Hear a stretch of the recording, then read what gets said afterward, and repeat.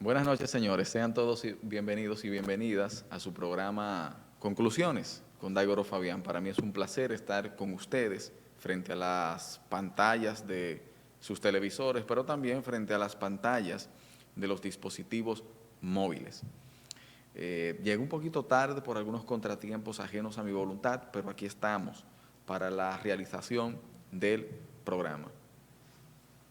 Saben que en mi calidad de comunicador social y de asesor político, consultor político, es común de que diariamente la gente me efectúe muchas preguntas con el objetivo de obtener una respuesta y verificar cuál es mi visión con respecto a los diferentes hechos que acaecen en el ámbito político y económico, tanto en el plano nacional como en el plano internacional. A veces la gente me escribe mucho y digo también, ¿será que la gente se olvida que yo tengo una vida, que yo tengo hijos, otros trabajos que hago, pareja? De manera que no es fácil, pero aquí estamos para responder todas las preguntas. Hoy yo observé una acción que automáticamente generó una serie de incógnitas por parte de la gente que sigue los escritos, las publicaciones y el programa. Una acción de la oposición política, donde en un documento firmado en conjunto, Abel Martínez, candidato a la presidencia de la República por el Partido de la Liberación Dominicana, Leonel Fernández por el Partido Fuerza del Pueblo y Miguel Vargas por el Partido Revolucionario Dominicano, donde advierten a la Junta Central Electoral de que si no da garantías electorales para el venidero proceso y si no frena el uso y abuso de los recursos públicos por parte del oficialismo PRM, tomarán medidas que posiblemente alteren el orden público. Muchas veces este tipo de acciones son vistas como correctas desde el punto de vista político. Sin embargo, yo tengo un criterio un tanto diferente. Paso a explicarme. Casi siempre la visión que yo tengo de las cosas es muy diferente a la que tiene el común de la gente y el común de las personas que hacen programas. Yo creo que es una acción incorrecta por parte de la oposición, porque ante la psicología ciudadana se incrusta la idea de que la oposición se siente derrotada y que como se siente derrotada está, como se dice en el argot popular, poniéndose adelante para que cuando le den el tablazo electoral justificarse y decir que advirtieron el uso y abuso de los recursos del Estado. En estos países en vías de desarrollo, que es el término que se utiliza para no decir que nosotros no nos estamos desarrollando y que tampoco estamos en el camino hacia el desarrollo, es muy común la utilización de los recursos públicos. Cuando se acuña este criterio, mucha gente piensa que es que el gobierno o los funcionarios del gobierno tienen un camión lleno de papeletas de dinero en el que acceden y le entregan el dinero a la gente. La utilización de los recursos públicos abarca mucho más que eso y tiene diferentes aserciones. Por ejemplo, cuando usted convoca a los empleados públicos a una actividad política, eso es utilizar los recursos del Estado. Cuando usted utiliza un vehículo de una entidad pública y el objetivo de ese vehículo es agilizar y movilizar la función pública para la que está ideada la institución, pero ahora usted lo utiliza para una caravana, eso es utilizar los recursos públicos. Cuando las ayudas sociales deben de ser entregadas en una época determinada del año, pero resulta que las dejan guardadas para entregarlas faltando 20 días para las elecciones, eso es utilizar los recursos públicos. Cuando, por ejemplo, se infla la nómina pública para enchufar gente en puestos públicos, en sueldos injustificados, lo que comúnmente le denominamos botellas. Eso es utilizar los recursos públicos. Pero eso es una práctica que no es justificable, sin embargo, la han hecho todos los gobiernos. Un gobierno en un proceso de reelección tiene que hacer eso. Si no lo hace, lo tumban, lo sacan del poder. Porque nosotros, como país, jugamos mucho a la doble moral y al mismo tiempo esgrimimos un discurso que en la práctica no lo efectuamos. Por ejemplo, y quizá mucha gente dice que no, pero es la realidad. Nosotros somos promotores del hurto, del robo del erario público. Aquí cualquier familiar de nosotros ostenta una posición pública donde maneje cientos de millones o miles de millones de pesos. Y la misma familia es la que comienza a decirle al familiar, mira, nómbrame, o nómbrame la hija, o nómbrame el hermano tuyo. Lo curioso es que si usted no designa a esos familiares, la misma familia dice que usted no ayuda a nadie. Entonces la familia promueve el nepotismo.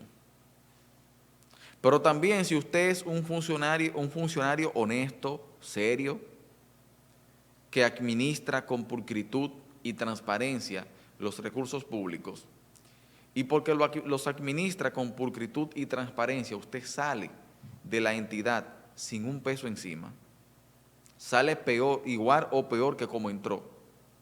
La familia dice automáticamente, nuestra familia, fulano es un pendejo, porque esa era su oportunidad de hacerse millonario. O sea, está diciendo, el hecho de que él no robara lo hace un estúpido. Él tenía que robar y mucho, porque esa era su oportunidad. Y esa es la diferencia en el pensamiento colectivo de República Dominicana con otros países, por ejemplo, los países nórdicos, donde el criterio de seriedad, de pulcritud y de transparencia es algo que tiene tanto peso dentro del seno familiar que cuando una persona se desvía de ese camino, la familia asume eso como una gran deshonra. La familia te acepta más fácil si tú asesinas a alguien en esos países nórdicos y no si tú robaste. Porque eso es una deshonra tan grande para la familia que de hecho la familia te saca de su círculo. No come contigo, no comparte contigo. En una festividad familiar donde están todos reunidos, no acepta que tú estés. Pero los amigos también. Los amigos automáticamente se hacen enemigos tuyos. Para que esa acción dolosa que usted llevó a cabo es castigable no solamente desde el punto de vista de la ley, sino también desde el punto de vista de la moral y de la ética. Aquí es todo lo contrario. Aquí si usted se robó 100, 200 millones de pesos, lo aplaudimos y lo colocamos en un pedestal social en el pueblo. Y las muchachitas, las hijas, los padres se las brindan a ese tipo de individuos o individuas. Entonces, esas son de las cosas que nosotros deberíamos de repensar para entender por qué nosotros vivimos en el subdesarrollo. Y cómo podemos conectar eso con el tema reeleccionista. Porque esas prácticas de uso y abuso de los recursos del Estado, si no se llevan a cabo, se tumba una reelección. O sea, miren en el país que vivimos. Por ejemplo, hay muchos funcionarios públicos que están molestos con Luis Abinader, no porque Luis los trate mal, no porque Luis Abinader no les ha asignado más recursos a su institución, sino porque ellos tienen miedo de hacer algo muy mal hecho, que la prensa le caiga encima y que entonces Luis los destituya. En el gobierno de Hipólito Mejía, del PRD, hoy PRM, un funcionario fue cachado traficando nacionales chinos. Trata de blancas, se le denomina esa práctica. Hipólito lo dejó en la institución donde estaba sin ningún problema, como que no pasó nada. Y fue un escándalo nacional en esa época, cuando no había redes sociales, cuando el internet era muy escaso, donde todo era televisión y radio y periódicos. Y de todas maneras, él lo dejó en la entidad. Diferente ahora que tan siquiera por el rumor público, hay funcionarios que son destituidos, otros no, porque hay algunos que son más preferidos que otros. El punto es que ese lloriqueo por parte de la oposición no los va a llevar a ningún lugar, no va a resolver ningún problema. El PRM cuando estaba en oposición no se quejó tanto, aguantó sus 16 años abajo, soportando el uso de los recursos del Estado. En el 2020, la oposición se divide, el gobierno. Y por eso se divide el PLD y se desprende de ahí la fuerza del pueblo. Y por esa división es que el PRM llega al poder. Pero cuando usted analiza si se utilizaron o no los recursos del Estado para favorecer a Gonzalo Castillo, señores, aquí hubieron votos que se compraron a 5 y 6 mil pesos, literalmente. Para ganarle la convención a Leonel Fernández, independientemente del algoritmo, del fraude o no fraude, se implementó una cuantiosísima cantidad de dinero. Los votos salieron hasta 10 mil pesos cuando se saca el promedio. Se le dio dinero a los alcaldes, a los regidores, a los diputados, a los senadores, más todas las entidades del Estado. Y de todas maneras hubo que hacerle un fraude a Leonel para poder ganarle. O sea, no es que el PLD no tiene razón en lo que está diciendo. Es que como ellos también llevaron a cabo esa práctica, eso evita de que tengan calidad moral para hablar de ese tema.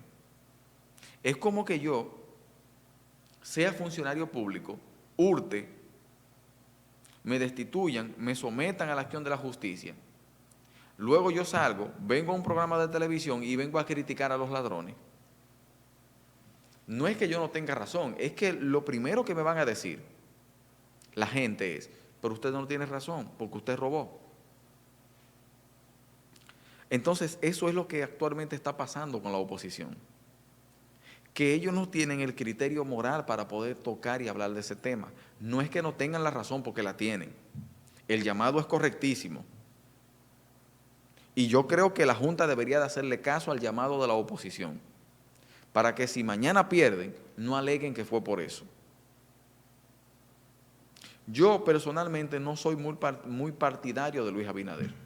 Ahora, si hoy fuesen las elecciones sin recursos del Estado, créanme, Luis gana como de un 50%, sin problema. La oposición está inmersa en que no, que eso no es así. Que Luis está mal. Bueno, el PRM yo tengo 3 años escuchando que está mal, pero barrió en las municipales. Y aunque un proceso no tiene que ver con otro, pero el hecho de que usted gane más del 70% de las alcaldías del país, lo coloca en una posición muy ventajosa para un proceso venidero, que en este caso serían las elecciones de mayo, congresionales y presidenciales. Yo creo que es incorrecto ese llamado, por lo que les mencioné. No hay calidad ni criterio moral para tocar ese tema, pero esos son asuntos de la oposición.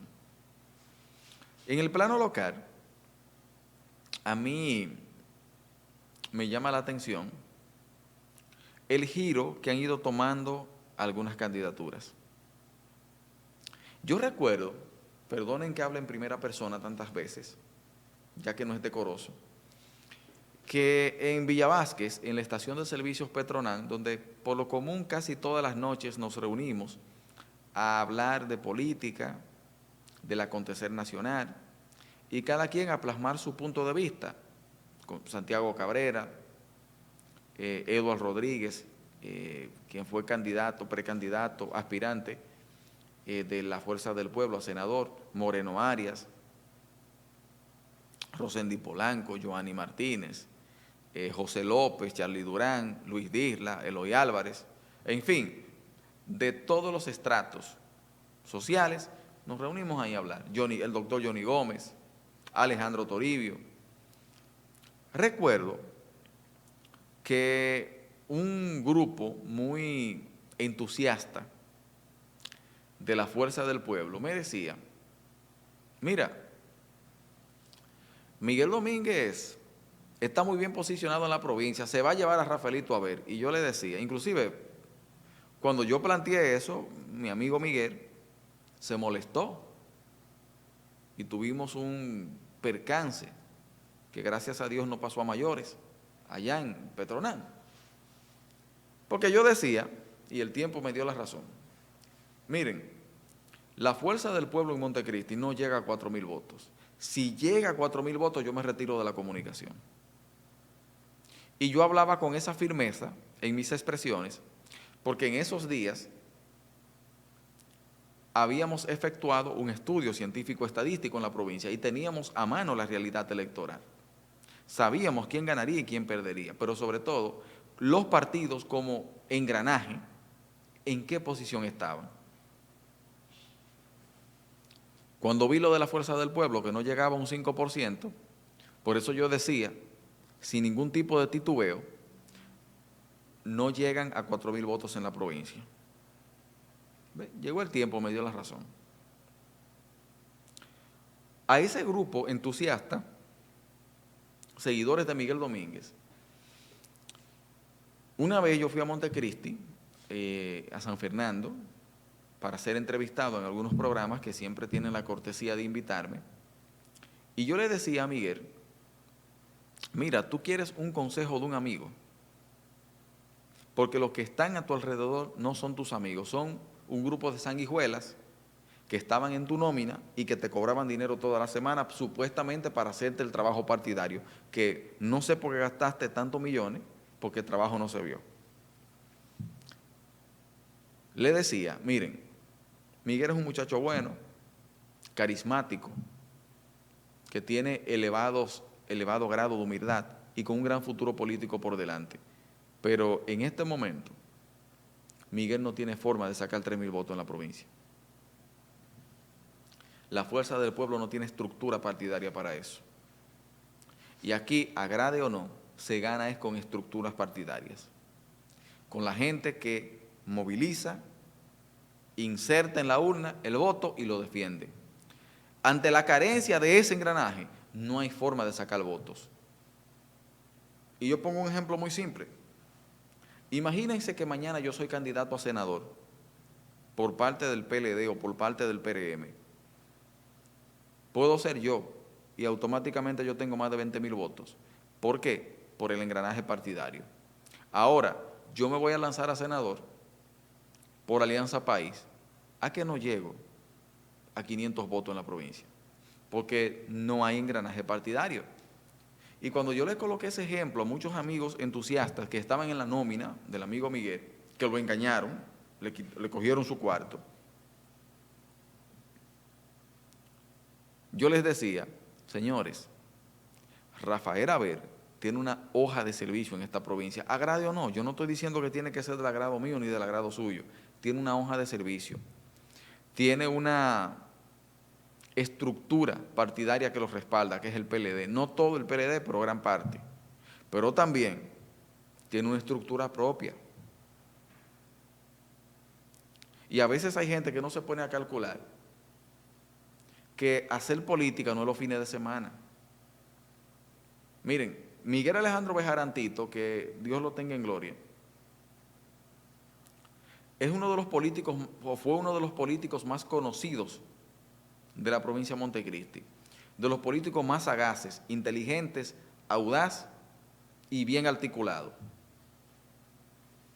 Tito Bejarán, funcionario de segunda y tercera línea en todos los gobiernos del PLD, y apenas pudo ser diputado una sola vez, y lo conocía toda la provincia, y vivía en la provincia, y hacía política en la provincia. Hizo carrera política, y apenas pudo ser diputado una sola vez. Entonces no entiendo cómo una persona que viene un fin de semana a hacer política, sin estructura partidaria, piensa que va a ganar. Yo creo que Miguel tiene que hacer un ejercicio de reflexión para que no gaste más dinero y para que salga bien parado de este proceso. Porque él tiene futuro. O sea, Miguel tiene que ver hacia el 2028, porque aquí va a haber un vacío de liderazgo. Hay un grupo de políticos que este es su último proceso. Moreno Arias, su último proceso. Ganar o perdiera. Bernardo Alemán, su último proceso. Gane o pierda. Por salud, por edad, por lo que usted le quiera poner. Rafael Haber, su último proceso. Gana la diputación y ya por edad, por salud, por familia, es mejor que se quede tranquilo. Su último proceso. Samuel Toribio, su último proceso. Rosendi Polanco, gane o pierda, su último proceso.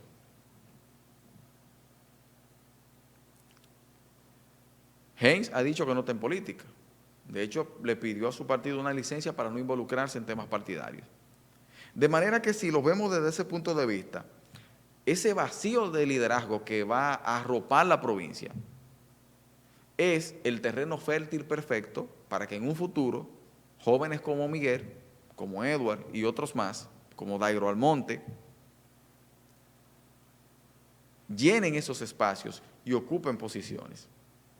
Pero eso depende de un ejercicio de reflexión inteligente desde ahora para no cometer errores, porque un error entierra una carrera política. Entonces yo creo que deberían verlo desde ese punto de vista. Voy a la pausa, luego de la pausa regreso con más de conclusiones.